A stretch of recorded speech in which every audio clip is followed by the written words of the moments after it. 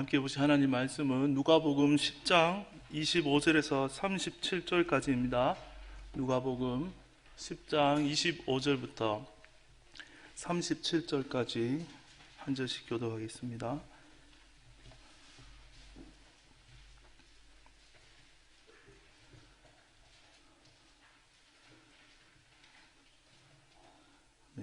누가복음 10장 25절부터 37절 교독하시겠습니다. 어떤 율법 교사가 일어나 예수를 시험하여 이르되 선생님, 내가 무엇을 하여야 영생을 얻으리이까?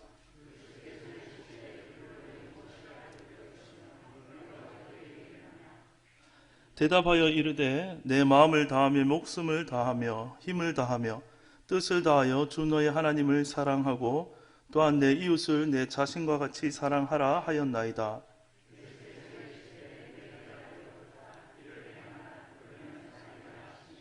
그 사람이 자기를 옳게 보이려고 예수께 여짜오되 그러면 내 이웃이 누구니이까?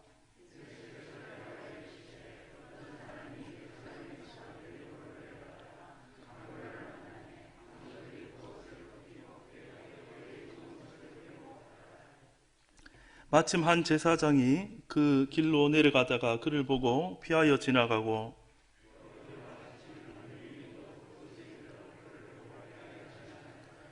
어떤 사마리아 사람은 여행하는 중 거기 이르러 그를 보고 불쌍히 여겨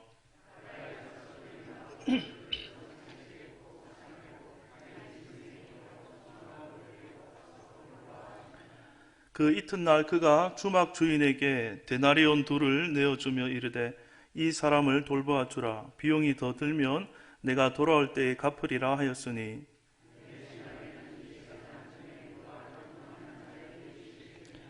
37절 함께 보겠습니다. 이르되 자비를 베푼 자니이다. 예수께서 이르시되 가서 너도 이와 같이 하라 하시니라. 아멘. 오늘 설교 제목이 진정한 이웃입니다. 여러분 주변에는 여러분이 생각할 때 참 좋은 이웃, 이 사람은 나의 진정한 이웃이다 라고 느껴지는 분이 혹시 있습니까? 아니면 반대로 여러분이 누군가에게 참으로 진정한 이웃이 지금 되어주고 있습니까? 또한 만약 새로운 이웃이 생긴다면 어떤 사람이 내 주변에 나의 이웃으로 많이 생기면 좋겠습니까?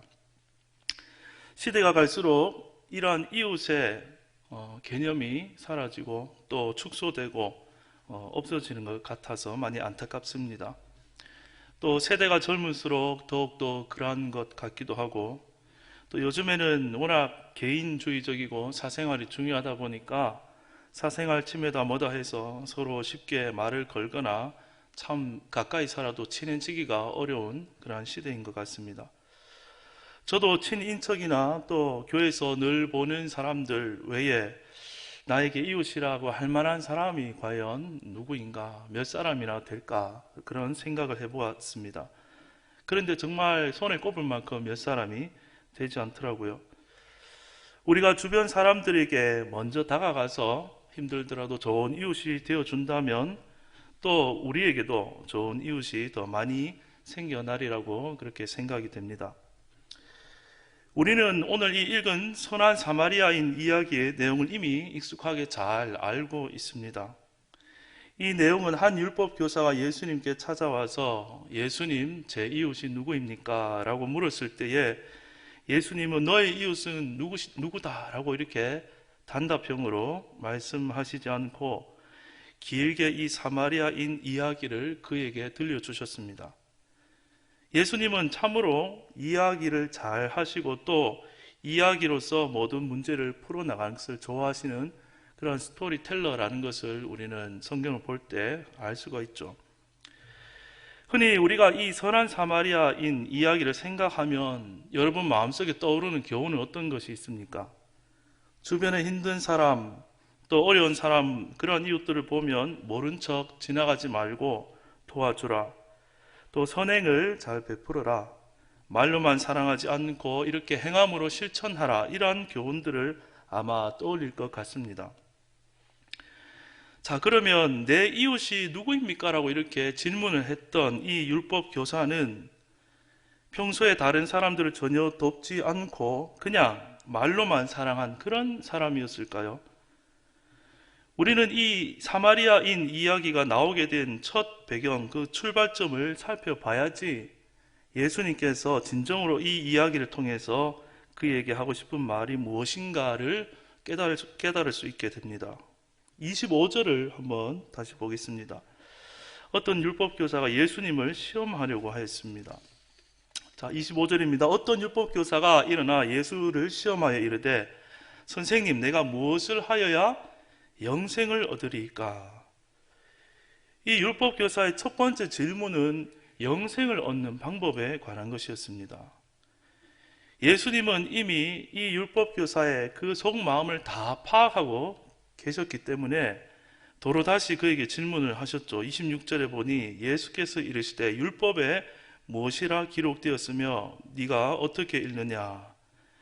이에 율법교사는 마침 기다렸다는 듯이 자랑스럽게 예수님께 대답을 합니다. 27절입니다. 대답하여 이르되 내 마음을 다하며 목숨을 다하며 힘을 다하며 뜻을 다하여 주 너의 하나님을 사랑하고 또한 내 이웃을 내 자신과 같이 사랑하라 하였나이다. 예수님은 그 대답에 칭찬을 하시면서 첫 번째 질문이었던 영생에 관한 답을 주십니다. 28절에 보니 예수께서 이르시되 너의 대답이 옳도다. 이를 행하라. 그러면 살리라 하시니. 우리가 이 28절의 예수님의 대답만을 단편적으로 놓고 생각하게 된다면 행위 구원론을 생각하게 될 수도 있습니다. 누구든지 마음을 다하고 목숨을 다해서 하나님을 사랑하고 또 내 이웃을 내 자신과 같이 열심히 사랑하면 구원을 받는다. 이렇게 구원의 조건으로 생각을 하기 쉽습니다. 그러나 사실 이 계명을 완벽하게 지킨다는 것은 참으로 어려운 일일 것입니다. 누가 이것을 다 해낼 수가 있겠습니까? 그런데 놀랍게도 이 율법 교사는 이 예수님의 대답을 듣고 네 알겠습니다 하고 그냥 돌아선 것이 아니라 또 질문을 합니다. 29절을 보겠습니다. 그 사람이 자기를 옳게 보이려고 예수께 여짜오되 그러면 내 이웃이 누구니까? 이렇게 묻고 있습니다. 이 율법교사의 마음이 무엇입니까? 나는 자신 있다 이거죠. 예수님 앞에서 자기를 옳게 보이려고 내 이웃이 누구입니까? 라고 묻는 것은 예수님, 지금 저에게 누구라도 말해 보십시오. 제가 평소에 하나님을 잘 섬겼고 율법을 따라 예배도 잘 드렸을 뿐만 아니라 제 주변에 있는 사람은 제가 다 도와주고 구제했습니다. 제 도움을 안 받은 사람은 아마 아무도 없을 것입니다. 이런 마음으로 자기를 옳게 보이려고 내 이웃이 누구입니까? 당당하게 묻고 있는 것이죠. 그러나 이어지는 이제 이 예수님의 사마리아인 이야기는 이 율법교사에게 아주 여러 차례 충격을 주는 그러한 이야기가 됩니다. 우선 이 사마리아인 이야기에 나오는 강도 만난 자는 누구인지 살펴보겠습니다. 30절에 보시면 예수께서 대답하여 이르시되 어떤 사람이 예루살렘에서 여리고로 내려가다가 강도를 만나매 강도들이 그 옷을 벗기고 때려 거의 죽은 것을 버리고 갔더라. 예루살렘에 왔다가 여리고로 내려간다 하는 이 말 속에서 이 사람이 예루살렘 성전에 찾아왔다가 돌아가는 유대인일 가능성을 많이 보여주는 그러한 말이 되겠습니다. 그런데 그가 강도를 만나서 거의 죽게 되어 길바닥에 내버려졌습니다. 여러분 잘 아시는 대로 이를 처음 본 제사장은 못 본 척 지나갑니다. 또 그 뒤에 레위인도 못 본 척 지나갑니다. 만약 이 제사장이나 레위인이 그 강도 만난 자를 만났던 장소가 사람들이 많이 보는 성전 앞이었다면 그들의 태도는 달라졌을지도 모릅니다. 그만큼 그들의 선행은 남들의 눈을 의식해서 하는 외식적인 선행이었죠. 그러나 아무도 보지 않는 곳에서는 그들 속에서 조금의 자비심도 흘러나오지 않는다라는 것입니다. 예수님이 제사장과 레위인을 들먹이며 이들이 못 본 척 지나갔다는 이 말에서 이 율법 교사는 약간의 충격을 받았을지도 모르겠습니다. 그런데 그 다음이 더 충격적인 말입니다. 사마리아인이 와서 그를 극진히 돌봐주었다는 것이죠. 거의 죽게 된 유대인이 아니라 거의 죽게 된 사마리아인을 유대인이 도와주었다고 예수님이 만약 말했다 하더라도 그에게는 매우 충격적이었을 것입니다. 왜냐하면 이방인인 사마리아인을 아예 이 사람은 이웃의 범주에서조차 생각하지 않았던 것이죠. 이웃이 아니라 아예 사람의 범주에도 넣지 않았기 때문입니다. 이 당시 유대인들은 이방인들을 사람이 아니라 개보다도 못한 존재라고 그렇게 생각하였던 것이죠. 그런데 심지어 지금 누가 누구를 돌본다고 예수님이 말씀을 하십니까? 그 사마리아인이 유대인을 돌보고 있다는 것이죠. 이 사마리아인은 주변에 아무도 보는 사람이 없어도 그 속에서 자비가 흘러나와서 성심성의껏 돌보고 있습니다. 그 동기가 무엇입니까? 33절에 보면 어떤 사마리아 사람은 여행하는 중 거기 이르러 그를 보고 불쌍히 여겨서 그렇게 도와줬다고 말씀하죠. 그 사마리아 사람 속에는 불쌍히 여기는 마음, 긍휼의 마음, 자비의 마음이 올라오는 것입니다. 그러나 이 이야기 속에 제사장과 레위인 속에는 그것이 없다는 말이고, 또한 이 이야기를 듣고 있는 율법교사 너의 속에도 진정한 그런 자비의 마음이 없다는 것을 이 이야기를 통해서 해주고 있는 것입니다.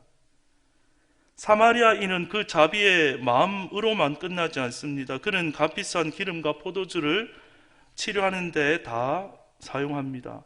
또 자기가 타야 할 짐승에 그를 태웁니다.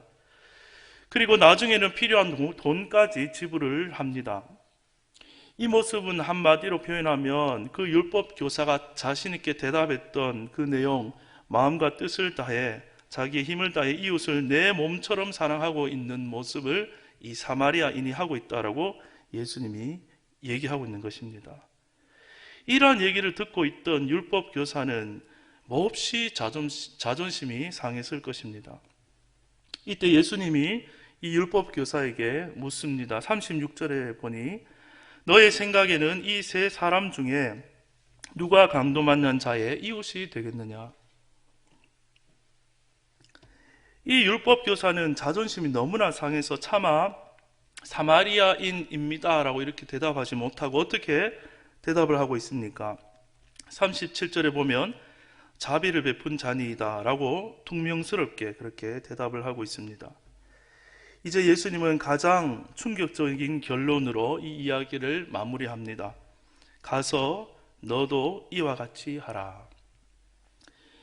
자기는 율법을 잘 지킨다고, 또 나는 평소에 주변의 모든 사람들을 이미 잘 도왔다고 자신 있게 그렇게 예수님께 들이댔는데, 사마리아인은 아예 그가 이웃의 범죄도 생각하지 못했던 것입니다.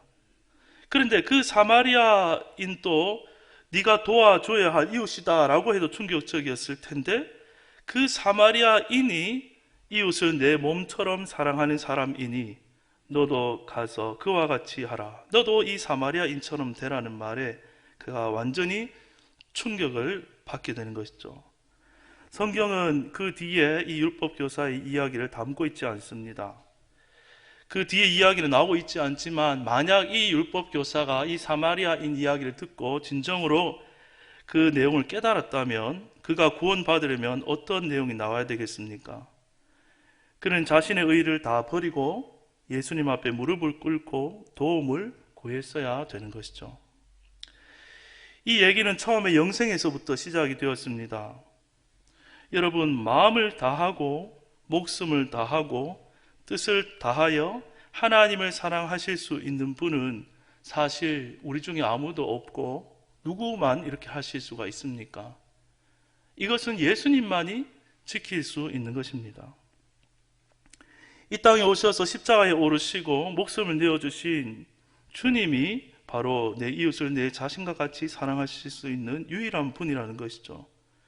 그분께로 나아갈 때 우리에게 영생이 있다라는 것입니다. 우리는 우리의 행위가 아니라 오직 자비와 긍휼의 근원이 되시는 예수님의 그 불쌍히 여기시는 그 자비의 마음 때문에 우리가 그 은혜로 구원을 받는 것이죠. 우리의 정말 존재라는 것은 유대인들의 눈에 비친 사마리아인보다도 사실 더 죄인되고 더 구원의 가망성이 없는 그러한 존재가 바로 우리 자신이라는 것입니다. 그러나 그러한 우리라도 예수님 앞에 나오면 누구든지 그 자비하심 때문에 다 구원받게 된다는 것입니다. 누구라도 예수님의 그 긍휼과 사랑을 다 받을 수 있다는 것이죠. 이러한 구원의 감격이 사라지지 않는 항상 주님 앞에 겸손한 우리 아멘의 모든 성도님들이 될 수 있기를 주님의 이름으로 축복합니다. 우리가 계속 낮아지고 낮아질수록 우리가 낮아진 그 격차만큼 그 받은 은혜의 감격이 더욱 커진다는 것이죠. 자, 그러면 누가 진정한 이웃을 사랑을 할 수가 있습니까? 자기 의리를 나타내기 위해서 사랑한다면, 또 자기 힘과 의지로서 이 율법을 내가 한번 지켜보겠다고 이웃을 사랑한다면 그것은 얼마 가지 못할 것입니다. 금방 지쳐버릴 것입니다.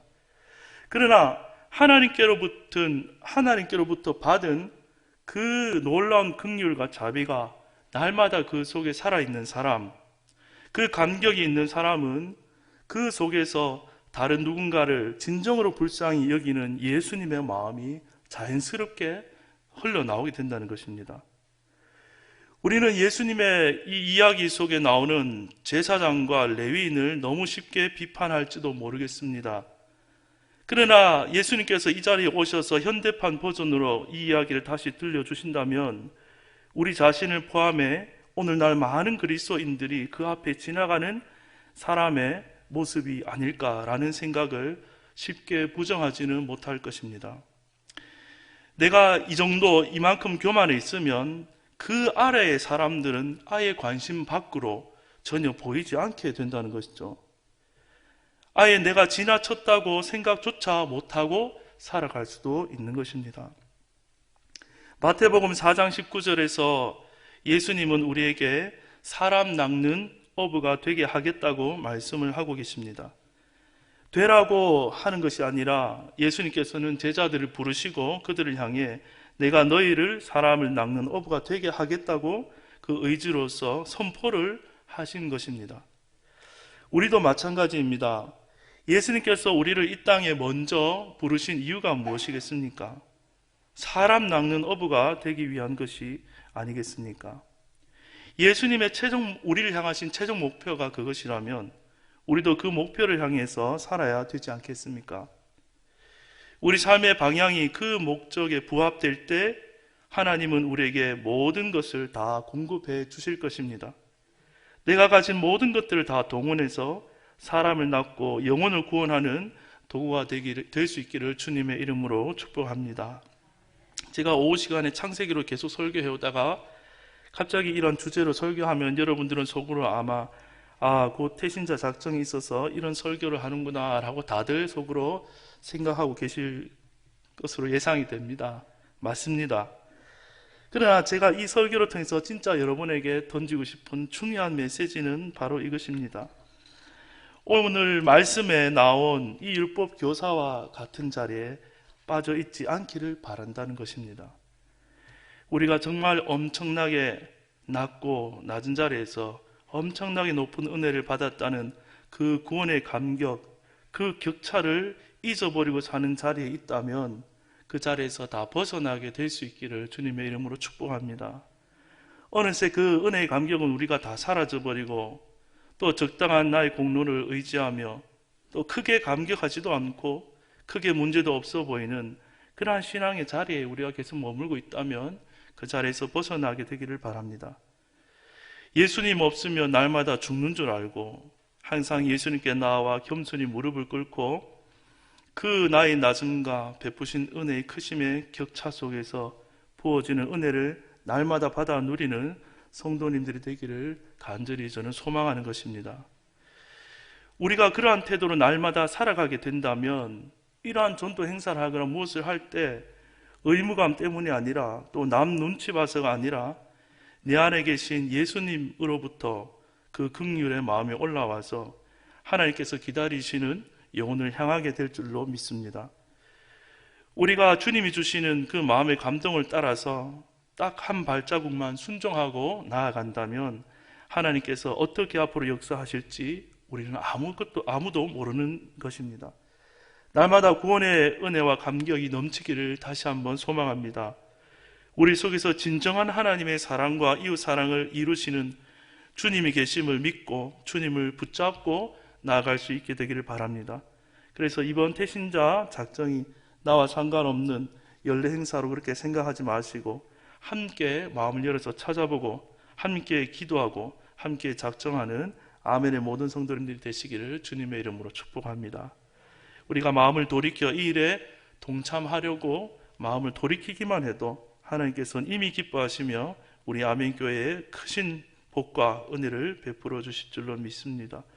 우리가 가진 모든 것을 다 동원해서 멋있게 사람을 낚는 어부의 인생들이 다 되기를 주님의 이름으로 축복합니다.